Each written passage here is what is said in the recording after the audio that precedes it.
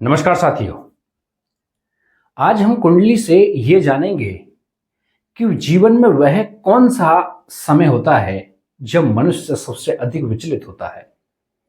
सबसे अधिक कठिन परीक्षाओं वाला जो समय, जिसमें मनुष्य को बीमारी भी लगती है, जिसमें मनुष्य को कर्जे भी लगते हैं, जिसमें सभी अपने उसका साथ छोड़ देते हैं। वह समय कौन सा होता है? यदि हम अपनी कुंडली में उस समय को पहचानना सीख गए तो हम अपने जीवन को बहुत ही सहज और सरल बना सकते हैं। और इसको पहचानना बहुत आसान है। इसलिए आप अपनी कुंडली से खुद ही वह समय पहचान सकते हैं। और एक बार यदि हम वह समय पहचान गए, क्योंकि वह समय तभी पहचाना जाएगा जब हम उस ग्रह को पहचानेंगे जिसकी वजह से वह समय खराब आने वाला है।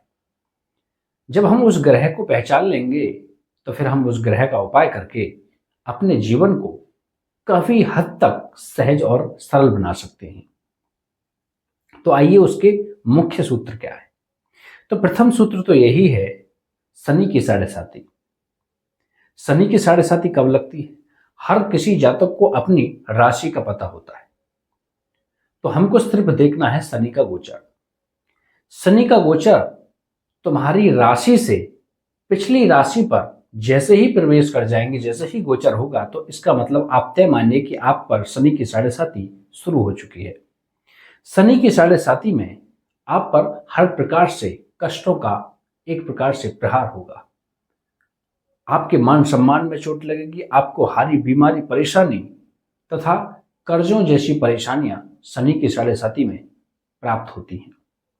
हालांकि शनि की साढ़े साती हर किसी पर कष्टदायी नहीं होती, और खासतौर से यदि पहली साढ़े साती तो इतनी कष्टदायी नहीं होती। जातक को परेशान करती है क्योंकि उसके जीवन में ऐसा जो प्रभाव उथल पुथल उसको पहली बार देखने को मिलता है।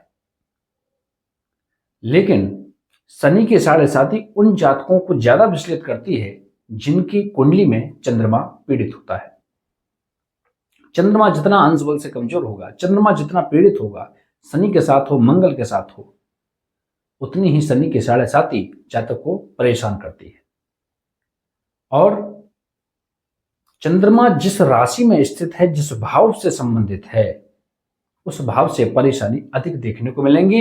इसलिए शनि की साढ़े साती में चंद्रमा को आप बल प्रदान करें। यदि आप चंद्रमा को बल प्रदान करेंगे तो कहीं ना कहीं से मन में जो अशांति है उसको धैर्यपूर्वक आप इस समय को आसानी से काट सकते हैं। अब वहीं दूसरा समय कौन सा खराब होता है? दूसरा समय होता है हमारा मार्केश का। मार्केश की दशा और अंतर्दशा। आखिरकार मार्केश होता क्या है? मार्केश एक ऐसा ग्रह होता है जो मनुष्य को मृत्यु तुल्य कष्ट देता है, यानी कि मृत्यु तक भी पहुंचा सकता है। इतनी सामर्थ्य मार्केश में होती है क्योंकि नाम से विचलित है। मार्केश क्या होता है? आप कुंडली के द्वितीय भाव और सप्तम भाव को देखिए।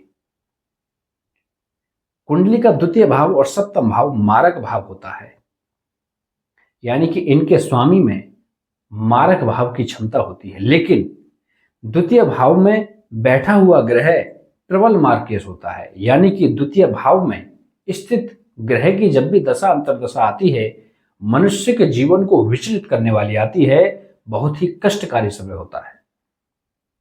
वहीं सप्तम भाव में जो ग्रह स्थित है उसकी दशा अंतर्दशा में भी मनुष्य को मृत्यु तुल्य कष्ट होता है। हालांकि द्वितीय भाव में स्थित ग्रह से उसकी मात्रा कम होती है, और वहीं द्वितीय अधिक मारक होता है और सप्तमेश उससे कम मारक होता है। हालांकि द्वितीय भाव पर दृष्टि डालने वालों में भी स्वतः ही मारकत्य आ जाता है, और शनि की दृष्टि द्वितीय भाव में पड़ने मात्र से ही वह मारक क्षमता ग्रहण कर लेता है। तो यह कुछ ज्योतिष के बहुत ही रोचक से सूत्र है। इसलिए जब भी मार्केश की दशा अंतर्दशा आती है, मनुष्य को कष्ट होता है, बीमारियां आती हैं, बहुत ही एक प्रकार से जीवन में अनियमितता देखने को मिलती है। तो यह थे दो सूत्र। अब तीसरा सूत्र क्या है?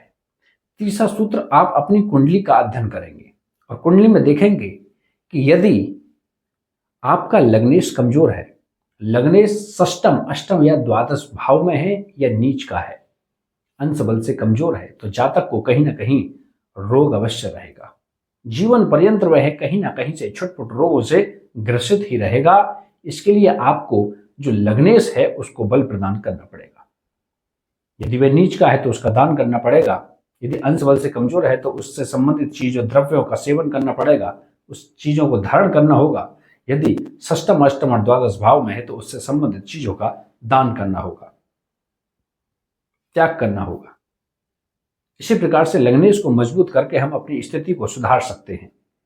वहीं यदि षष्टेश, अष्टमेश और द्वादशेश, इन तीनों में से कोई भी ग्रह या तीनों या कोई भी ग्रह षष्टेश, अष्टमेश और द्वादशेश का लग्न में जाकर के बैठ जाए तो वह लग्न को दूषित कर देता है। और लग्न होता है मनुष्य का शरीर, मनुष्य का ओज, मनुष्य की आत्मा, मनुष्य का सिर, मनुष्य की मान प्रतिष्ठा।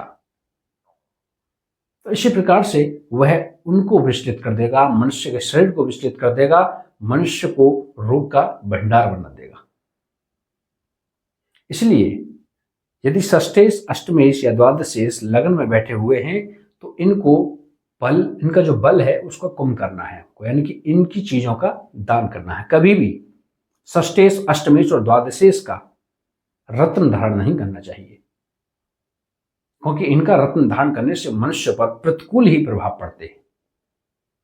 तो इसी प्रकार से हम अपने जीवन में कष्टकारी समय को आसानी से पहचान सकते हैं। और वहीं छुटपुट समस्याओं को हम इस प्रकार से पहचान सकते हैं कि यदि महादशा किसी ग्रह की है तो उससे षष्टम, अष्टम या द्वादश भाव में स्थित ग्रह की यदि अंतर्दशा आती है तो भी वह कष्टकारी ही होती है। या किसी ऐसे ग्रह की अंतर्दशा आती है महादशा में कि महादशा वाला ग्रह और अंतर्दशा वाला ग्रह आपस में शत्रुता संबंध बनाते हैं, नैसर्गिक मैत्री ग्रह में नहीं बल्कि पंचदश मैत्री चक्र में इसको देखना पड़ेगा। ऐसी स्थिति में भी जातक को परेशानियों का सामना करना पड़ सकता है। तो यह था मनुष्य की कुंडली से परेशानी का समय खोजकर ढूंढने की एक अद्भुत सूत्र, बहुत ही सरल सूत्र, और फिर उनके उपाय। नमस्कार।